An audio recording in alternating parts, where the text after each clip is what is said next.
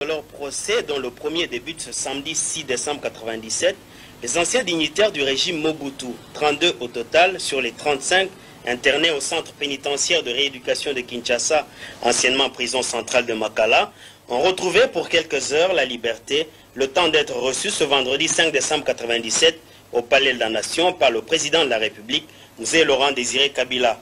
Le chef de l'État a tenu à lever l'équivoque sur le motif de leur arrestation. Aucun de vous n'a été arrêté pour des raisons politiques, leur a déclaré Mzee Laurent Désiré Kabila, le magistrat suprême du pays, qui leur a précisé qu'ils étaient détenus parce qu'ils étaient redevables au trésor public. Ce n'est pas pour vous rendre la liberté que je vous ai fait venir, a fait remarquer le chef de l'État, mais il n'appartient qu'à vous-même d'être libre. Il suffit de payer ce que vous devez à l'État.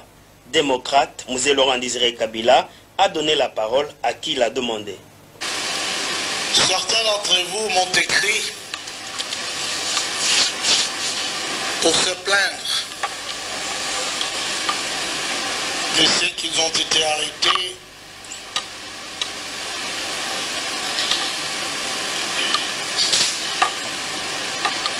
peut-être pour des motifs politiques,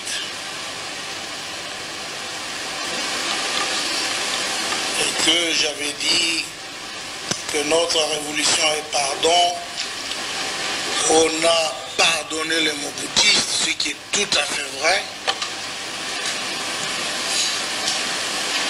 J'étais surpris qu'on me dise qu'on a arrêté des hommes pour leur participation à l'ancien régime. Je tenais à vous dire qu'il n'y a rien de tel. Nous n'avons jamais ordonné que quelqu'un soit poursuivi pour sa participation au régime que nous considérons comme le plus hideux des régimes d'Afrique pour avoir créé le malheur de notre pays. Nous le faisons par conviction de ces grands pardons-là, et non parce qu'il y aurait des pressions extérieures qui pèseraient pour nous ou qui forceraient notre conscience à ce qu'on soit obligé de pardonner. Ce n'est pas du tout cela. Je vais donc vous le dire avec conviction que personne ne sera poursuivi pour sa participation à l'œuvre abominable du régime de la Deuxième République. Nous voulons tout simplement que nos frères, vous, parmi vous, Kikunda est bien connu, ce sont les gens qui ont porté le moboutisme au sommet. Mais il n'a pas à s'inquiéter. Il doit être tranquille. Il n'y a pas de rancune politique. Mais il sait qu'il était à Kindu. Dans les derniers jours, pendant les opérations, on ne l'a jamais accusé d'avoir participé. Il devait défendre le gouvernement qui était le sien. Nous, on a pardonné le tout. Mais l'enrichissement inexpliqué, votre enrichissement personnel, vos avions, vos immeubles, vous devez les justifier. Vous devez les taxes non payées. Vous devez le payer. Ça ne se négociera jamais. Vous payez, vous êtes libre. Faites promesse de payer. commencez à payer ce que vous devez au trésor. Et vous savez que beaucoup d'entre vous doivent au trésor.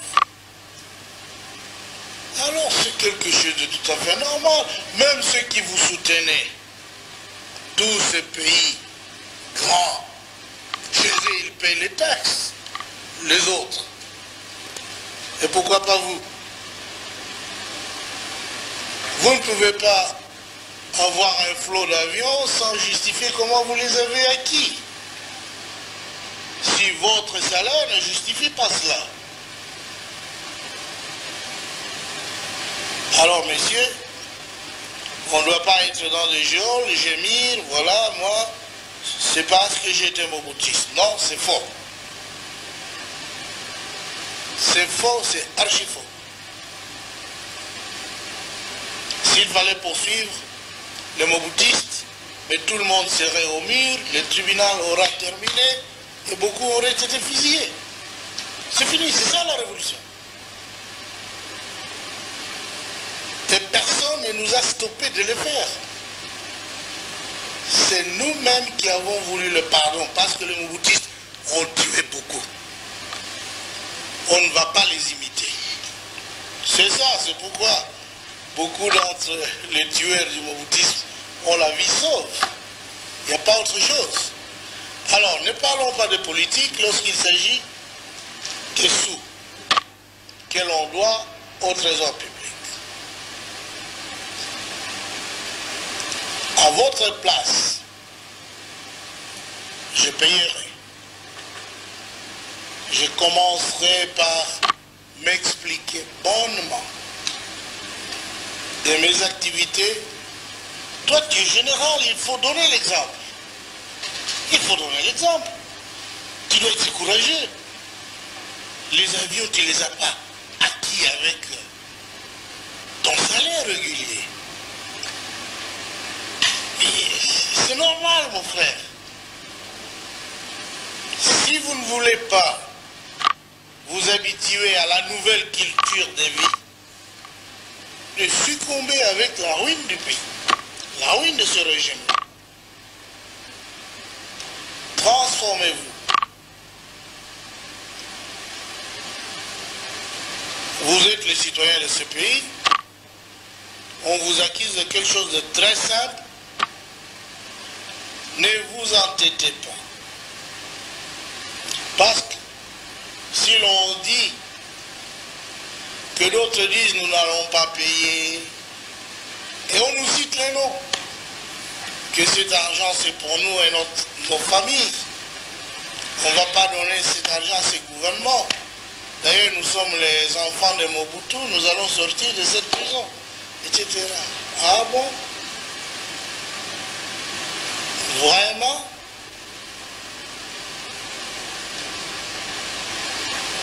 C'est d'abord honteux de le dire. Alors moi je vous encourage. Je ne vous ai pas appelé pour vous rendre la liberté. Mais si vous voulez être libre,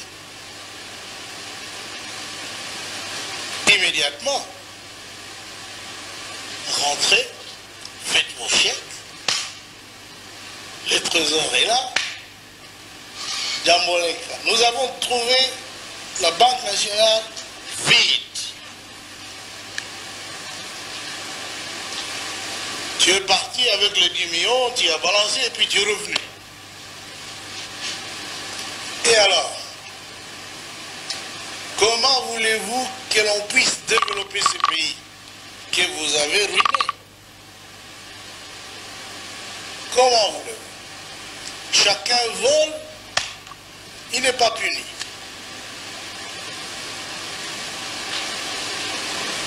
Alors ce n'est pas grave. Pas du tout.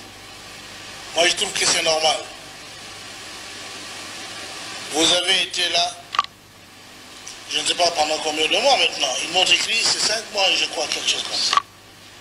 C'est le milieu des géants. Ça dépend de vous. Vous êtes bourré d'argent. Tout le monde le sait. Mais vous êtes tellement égoïste, tellement arrogant, préférez mourir que de donner des sous. C'est malheureux. Alors moi je pense qu'il faut que le procès commence rapidement. Je tenais à dire à ces frères à moi que personne n'est poursuivi pour avoir participé au moboutisme. Mais les grandes vedettes du moboutisme, les ténors, mais ils sont là, ils sont bien connus. Les Kitima, les Avazani, mais il n'a pas à s'inquiéter. Nous ne voulons pas nous venger. Pas du tout alors. Restons-en là.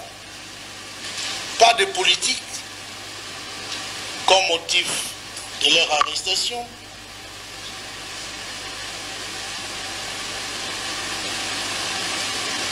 Décidez de votre liberté. Vous-même.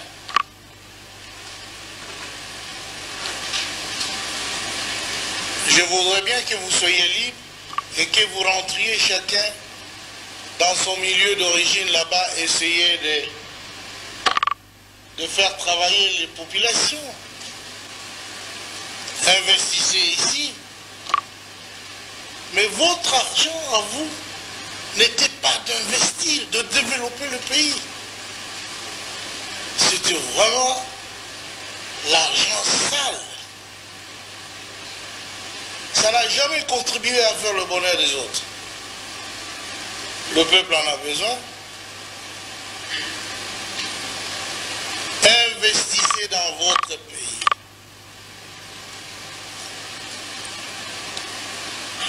Ne perdez pas votre temps que les Baramoto, les autres viendraient vous libérer.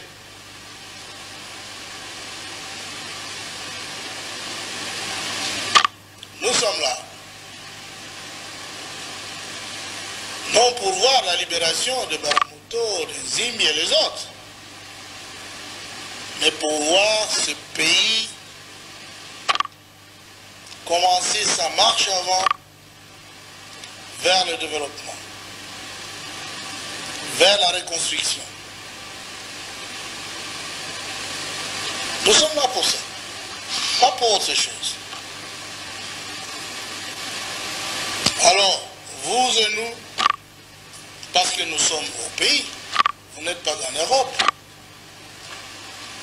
C'est notre pays à tous, nous devons le bâtir.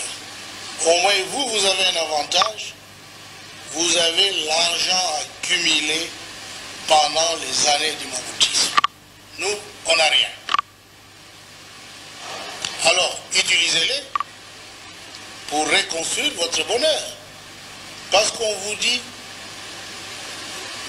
de le fructifier ici. C'est ça. Donc personne n'est en prison parce qu'il a été ceci, cela. Non.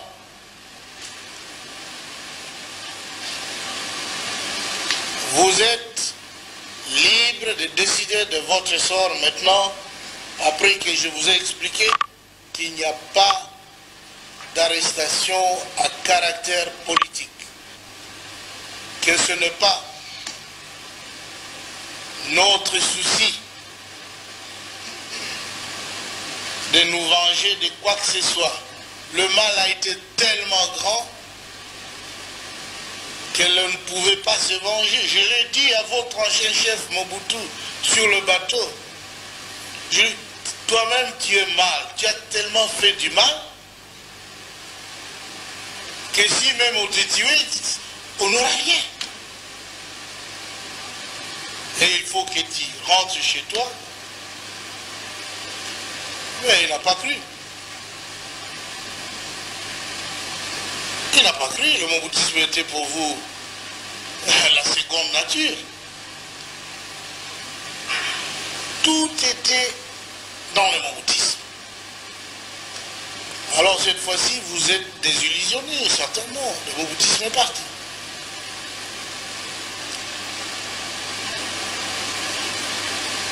Vous vous souvenez,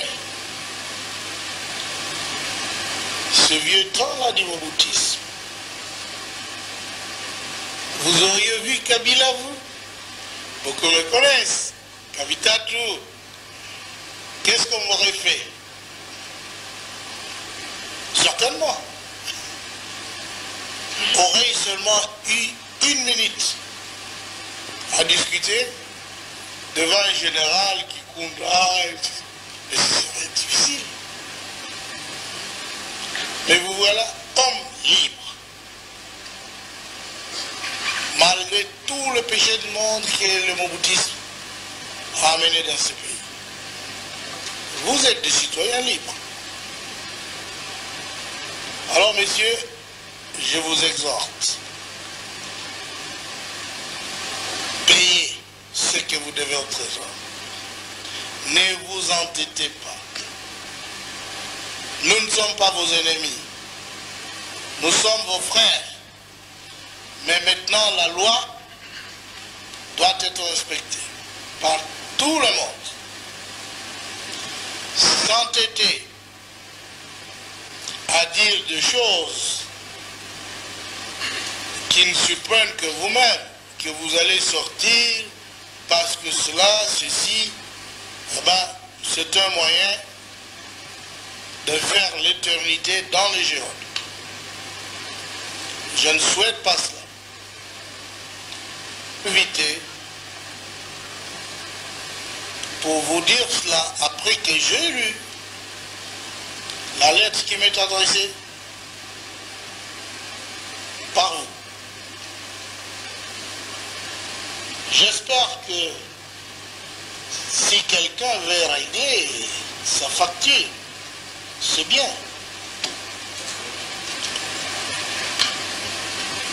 Mais le procès va commencer. Et si on vous apporte de preuves irréfutables, qu'allez-vous faire? Vous avez vos familles. Rejoignez-les. Cessez d'être si égoïste jusqu'à cette extrémité. Que voulez-vous? Ils étaient à l'invest là-bas et ailleurs. Chaque semaine, ils réunissaient 15 000 $. 15 000 $, vous vous souvenez? C'était pour expédier ailleurs. Ici, là. Mais on suivait le tout. Ces messieurs ont de l'argent, mais maintenant ils ne veulent pas quitter la prison. Ils ne veulent pas quitter la prison. Pour aider les actions diaboliques des autres, ils sont prêts. C'est à vous, mes frères, de décider de votre sort. Pour moi, vous êtes des hommes libres. Si vous voulez être en prison, c'est votre droit. En dehors de la prison, c'est votre droit. Le choix, c'est le vôtre. J'aurais été responsable de votre situation actuelle si j'avais ordonné qu'on arrête tous les moboutistes. Ah, là, j'aurais été responsable. Mais je ne suis responsable de rien. C'est à vous de choisir. Entendu, monsieur le ministre de la Justice? Voilà. Merci au nom de tous les collègues ici pour nous avoir consacré une partie de votre temps. Effectivement, à plusieurs reprises, nous vous avons écrit, soit par nos avocats, soit par nos familles, et dernièrement par nous-mêmes directement. Et nous avons également écrit au ministre de la Justice qui s'occupe actuellement de notre sort. Nous vous remercions d'avoir dit que notre procès n'est pas politique. Nous le pensions parce que précisément, depuis 6 mois pour la plupart d'entre nous, nous sommes à la disposition de la magistrature pour des enquêtes qui ont été ouvertes sur un certain nombre de faits, pour certains, et pour d'autres, apparemment, M. le Président, nous ne sommes même pas 32 menteurs seulement ici, pour d'autres, dans d'autres dossiers, on n'a pas pu réunir des faits. Peut-être les magistrats nous trompent-ils en nous le disant, ou se trompent-ils? Mais nous pensons que pour certains, des faits infractionnels tels qu'ils ont été stipulés dans les mandats d'amener n'apparaissent pas. Nous avons été arrêtés pratiquement tous pour détournement de deniers et de biens publics. Et je pense que sur cette base-là, la plupart d'entre nous ont été interrogés, ou tous avons été interrogés. Nous venons d'apprendre aujourd'hui par nous-mêmes un certain nombre de faits. Je commence par le dernier, M. le Président, je ne serai pas long. C'est la collecte de 15 000 $ par semaine, dont d'ailleurs le ministre de la Justice a parlé à la radio, que nous serions en train de collecter pour alimenter d'autres compatriotes en liberté à l'étranger. Pas maintenant, avant. Monsieur le Président, vous êtes un homme qui avait fait longtemps le maquis d'Astrie. Les jeunes peut-être ne le savent pas, ils savent tous maintenant par l'histoire. Nous les plus anciens, nous le savons de facto. Je ne sais pas, Monsieur le Président, si vous pensez que des détenus, dans les conditions où nous sommes, peuvent collecter 15 000 $ chacun par semaine. D'où viendrait cet argent? Si nous l'avions aujourd'hui, nous tous, on le donnerait pour la reconstruction de notre pays. Je ne veux pas parler des avoirs de chacun, mais je peux dire que pour les 15 000 $, ni par semaine, ni par mois, ni sur les 6 mois où nous sommes là, il n'est pas possible que nous puissions réunir 15 000 $. Ce n'est pas vrai, Monsieur le Président, ni pour nous-mêmes, ni pour les envoyer, encore moins à eux. Donc ça, c'est le premier fait sur lequel je voulais vous donner seulement cet éclairage-là, parce que nous avons protesté auprès du ministre de la Justice. Nous avions souhaité que les procès commencent, vous venez d'ordonner que les procès puissent commencer. Si, effectivement, la raison pour laquelle nous sommes là est que nous avons beaucoup d'argent. Je pense, Monsieur le Président, si mes collègues ont de l'argent, je ne sais pas si j'en ai moi-même, je dis que je n'en ai pas ouvertement. Je suis un vieux politicien, ce n'est pas pour l'argent de travailler, si tous ces messieurs sont endettés aux affaires, je ne sais pas pourquoi on fait plutôt de la politique, je ne sais pas s'ils ont de l'argent. Mais je pense que si telle est votre décision, il serait peut-être bon que vous puissiez désigner une autorité qui puisse dialoguer avec chacun d'entre nous pour dire, comme on le fait en Afrique du Sud, à la commission vérité et réconciliation, pour dire chacun ce qu'il possède et chacun ce qu'il peut donner. Mais, Monsieur le Président, personne ne nous a posé ce problème en ces termes. Non pas que je dise que mes collègues ont de l'argent. Et puisque vous l'avez orienté dans ce sens-là, personne ne nous a posé le problème en ces termes-là. On nous a dit, qu'est-ce que vous avez détruit? On nous a cité des faits où on n'a pas cité des faits. Certains, on a simplement dit, donnez-nous la liste de vos biens. Ils l'ont donné. Mais jusqu'à présent, pour la plupart d'entre nous, on n'a pas posé la question de savoir si peut-être la maison que j'ai construite en 10 ans, je dois la donner à l'État. Si telle est votre décision, j'ai évacué la famille, je donne la maison à l'État. Mais si vous dites que cette maison-là, vous l'avez construite, la famille peut y habiter, à ce moment-là, nous pouvons regarder les choses. Donc, je voulais simplement me résumer, je ne sais pas si j'ai dû exprimer l'opinion de tous mes collègues, on ne s'est pas entendu, nous ne savions pas ce que vous avez pu dire, donc nous n'avons pas pris de contact entre nous pour que je parle, ils m'ont demandé simplement de dire un mot. Je le dis, Monsieur le Président, donc quand nous vous remercions pour l'éclairage que vous donnez, quand nous souhaitons que, si telle est votre décision, que vous puissiez désigner une autorité qui puisse nous entendre et que chacun dise s'il dispose de tels biens, comment il les a acquis, et qu'à ce moment-là seulement, vous puissiez prendre la décision de savoir si vous pouvez appliquer. Nous avions pensé que ce serait le tribunal qui ferait ce travail. Et c'est pourquoi nous avons dit, nous souhaitons beaucoup que nous allions devant les juges, que les juges disent le droit, que les juges appliquent la loi. C'est pour cela que vous avez fait la révolution. C'est pour que dans ce pays, on applique la loi. Nous souhaitons seulement que les juges appliquent la loi. Donc, vous pouvez aussi décider qu'au lieu qu'on aille en jugement, vous faites une procédure de réconciliation à laquelle nous pouvons être soumis. Alors, nous sommes là comme beaucoup d'autres. Parce que beaucoup d'autres ont encore plus de biens que nous. Et ils sont dehors. Mais nous ne contestons pas le fait que l'État ait le droit de nous mettre dans détention. C'est le pouvoir qui a décidé à cause des accusations qui sont portées contre nous. Mais jusqu'à présent, dans le terminé par là, je pense que vous n'avez pas modifié le principe général du droit qui dit que nous avons nos délégations, une présomption d'innocence de chacun d'entre nous à titre individuel.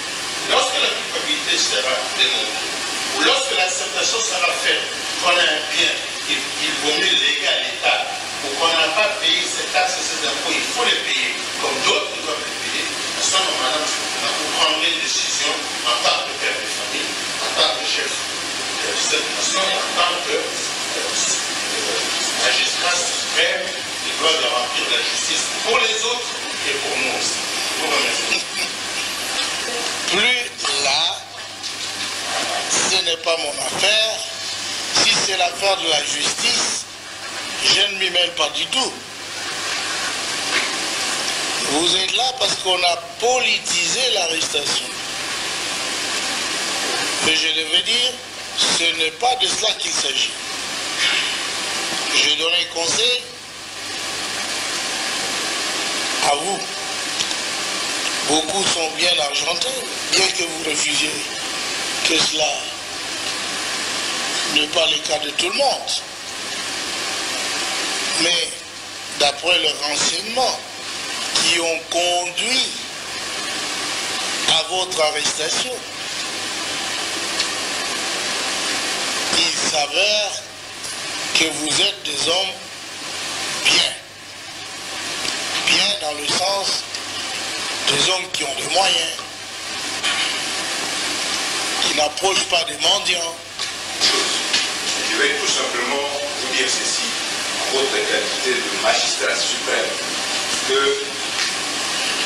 dans ce groupe, il y a ceux de vos frères qui ont été libérés par la justice. Et nous n'arrivons pas à comprendre pourquoi jusqu'à ce moment, nous continuons encore à être là à Ouakam. M. Marco Akoni à côté, à ma droite, il a obtenu la mise en liberté, la main levée sur réquisition du ministère public. On ne sait pas pour quelle raison c'est tout encore là. Moi, votre serviteur, j'ai obtenu la mise en liberté provisoire sous caution et je me suis même acquitté de cette caution.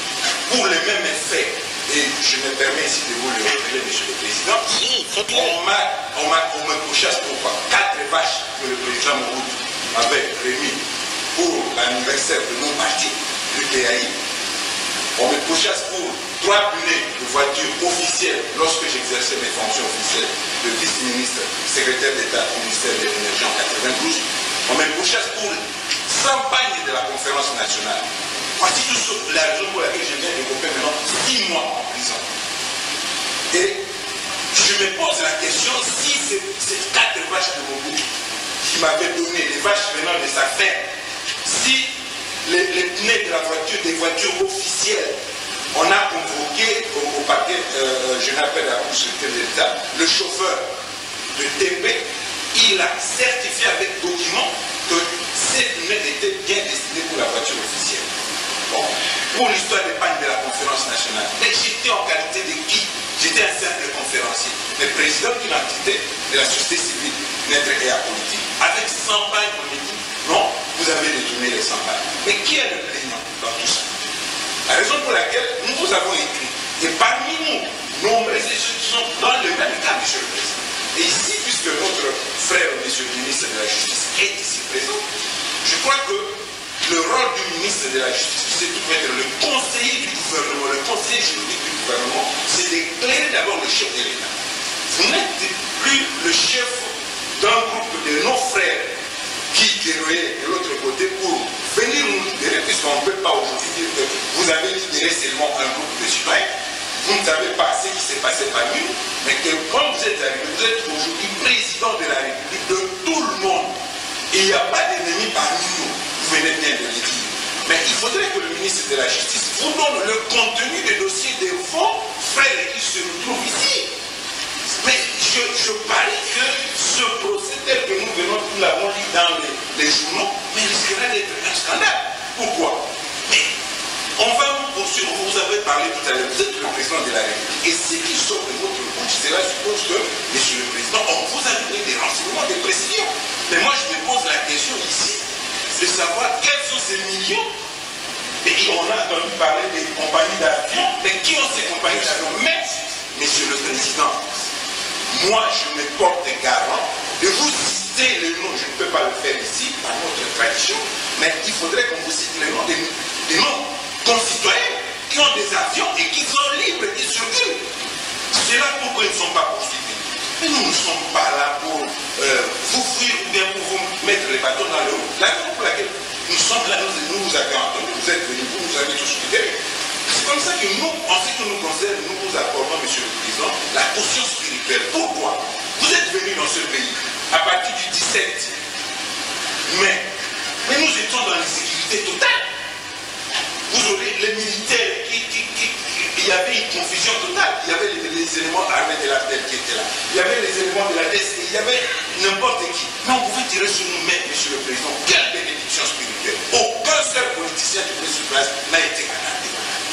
Mais nous voulons, en ce qui nous concerne, nous voulons participer à la reconstruction de notre pays.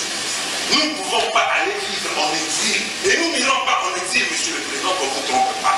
Mais que si le ministre de la Justice a des preuves avec nous, les frères qui ont ces dossiers, nous demandons à ce qu'il puisse vous les montrer. Mais je vous le dis, monsieur le président, bientôt, ce sont les fêtes de fin de l'année. Si nous avions voulu fuir, monsieur le président, vous n'allez pas nous trouver ici. Vous n'allez pas nous trouver ici. À l'approche de l'AFDL, on suivait RFI, on suivait la voie de l'Amérique, on suivait. Ils sont à 10 km, ils sont à 20 km, ils sont à Kinshasa. Mais Brazzaville, ici, il n'y avait pas d'obstacle. Les gens pouvaient fuir. Mais c'est donc jugé qu'ils avaient des choses à se reprocher. Parce que dans une révolution, on ne sait pas la finalité. Et nous avons préféré rester, vous attendre et participer à la reconstruction de notre pays. Nous sommes là, monsieur le président. Nous vous demandons une seule chose, de nous permettre de rentrer chez nous et d'être à la disposition de cours et tribunaux. Si vous-même nous assignez à résidence, nous préférons être assignés à résidence. Mais la manière dont nous sommes en tête de vie, nous vous le demandons à vous, en votre qualité, de président de la République, garant de ce pays et de magistrat suprême, de comprendre nos peines. Nous sommes là, monsieur le président, ce n'est pas par aventurisme que nous pouvons nous adresser à vous. Nous ne pouvons pas détailler tout ce que nous avons subi. Mais permettez-nous de rejoindre les nôtres et de fêter avec les fêtes de fin de l'année. Ceux qui ont de l'argent, monsieur le président, nous vous aiderons, même si c'est vrai, à les pointer du doigt, les avoir. Je dis et je vous remercie. 3 minutes, hein. Monsieur Tamboreka. Le général. 3. Je vous remercie pour la synergie de doyen candidat à notre débat. Je serai très bref. Je vais parler de 3 points essentiels. Le premier, c'est d'insister sur l'indépendance de la magistrature. Nous, les détenus, sommes convaincus que les juges n'ont pas les mains libres pour dire le droit. Ils le disent, ils ne se le cachent plus. Une commission a été instituée au cabinet du ministre de la Justice. Une commission politique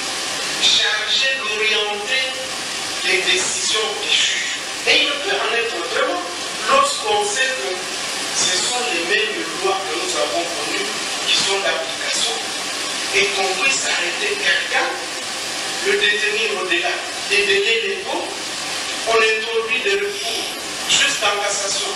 On interdit à la Cour suprême de justice de siéger pour s'y prononcer. Et on nous dit ici que la détention préventive peut aller jusqu'à 1 année, jusqu'à 3 ans. Je me demande sur quelle base le ministre de la Justice l'a dit à la radio. Dès lors que nous savons que l'article 31 du Code de procédure pénale, à son alinéa 3, dit que lorsqu'il s'agit d'une peine, d'une infraction dont la peine prévue est égale ou supérieure à 6 mois, la prolongation ne peut pas dépasser 3 fois de suite sans qu'on soit présenté devant un juge de fond. Ça, c'est le code de crédit. Et nous avons suivi curieusement, moi je suis économiste, je ne suis pas juriste, et j'ai suivi et je suis allé consulter les livres. Je me suis dit certainement que le ministre s'est arrêté à l'alinéa 1er. Or, on ne peut pas lire un article de cette manière-là, il faut le lire en entier. Deuxième point de vue, c'est concernant les richesses. Parmi le personnel d'appoint qui est ici, nous reconnaissons certaines incertitudes. Je pense que si vous organisez une interrogation, vous posez la question à ces messieurs que je vois là, ils vous diront que ceux qui ont les richesses, ceux qui ont réellement pillé ce pays, ils sont partis d'ici. Et personne d'ici, d'entre nous, ici, n'a un avion, parce que vous avez parlé du général. En tout cas, nous avons connaissance, le général n'a pas d'avion, à moins que nous l'ayons caché. Personne n'a un bateau ici. Et si vous voyez les conditions de notre détention, demandez aux surveillants qui voient que déjà au niveau des familles, on ne sait pas se nourrir. Nous sommes obligés de manger en groupe. Mais ça nous fait très mal au cœur. Lorsqu'on dit que nous, on collecte 15 000 $. Moi, je me dis sincèrement que certaines contre-vérités vous sont racontées. Or, vous êtes notre chef de l'État. Vous êtes le magistrat suprême. Nous n'avons pas d'autre recours. Notre recours, nous l'avons adressé à vous. C'est parce que nous avons trouvé que la loi ne nous protégeait plus. Nous prenons des cas tout à fait typiques comme celui d'un simple major ici qui convoyait les fonds de la DSP, un fonctionnaire de la Banque centrale qui exécute les ordres. Et nous sommes là, pour la plupart, les 3 cas n'ont pas de dossier. On a clôturé les dossiers au niveau du parquet. Si vous posez la question, on vous dira qu'on a clôturé les dossiers. Alors, puisque les dossiers sont clôturés, donc on peut savoir aujourd'hui quelle est la hauteur des engagements de chacun, de ce que chacun fait. Nous, on ne refuse pas. Si moi aujourd'hui on me dit, professeur Bahati, vous avez détourné 1 million de $, et on me montre que voici j'ai détourné, je m'engagerai à les payer. Je m'engagerai à les payer. Voilà. Monsieur le Président, je termine par là pour implorer votre compréhension. Vous êtes le père de la nation.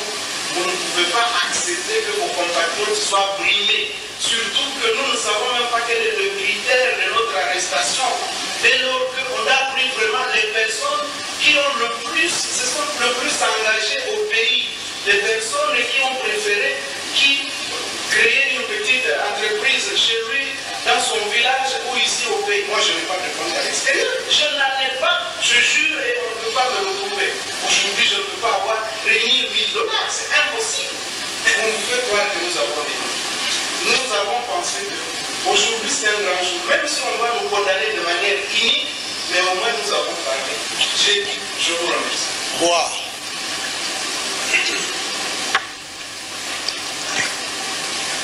Qu'est-ce qui reste à faire maintenant? À prouver soit la culpabilité, soit l'innocence de ceux qui prétendent être innocents. Laissons... Merci. Mais je suis heureux. Je vais tout simplement dire qu'on va laisser maintenant à la Cour de poursuivre son cours normal. Parce que le procès va commencer. C'est très bien. Pour ceux qui pensent être innocents, qui ne doivent rien au trésor, qui n'ont pas fait de mégestion lorsque je parle du cas du général qui est là. Et moi je pense que c'est très bien pour nous tous. Si personne ne sera prouvé coupable, je vous remets dans les mains de la justice. Ce bref moment a été le moment de liberté et d'échange de vie entre nous. Et maintenant, vous attendrez prouver qu'on vous accuse faussement. Mais je tiens aussi à vous remercier, vous trois qui avez parlé. Vous sembliez parler au nom des autres aussi.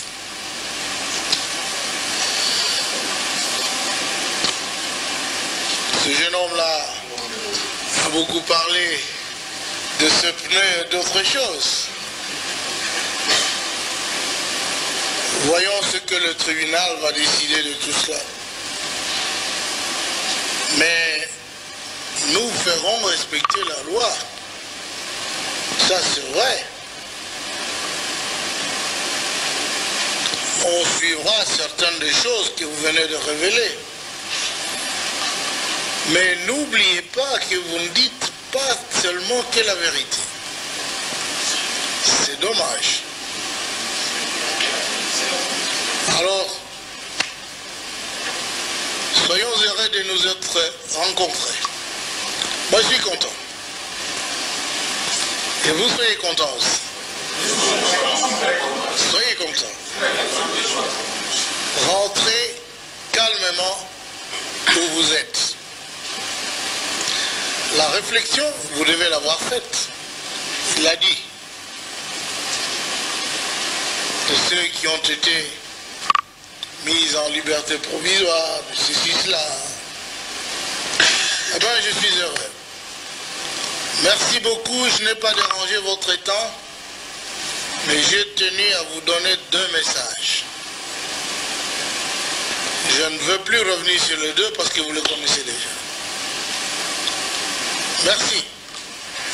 À la prochaine fois. Kufata tangu jana, kuna salamu ya heshima wanaotumia Mheshimiwa Laurent Désiré Kabila kufuatana na kumbukumbu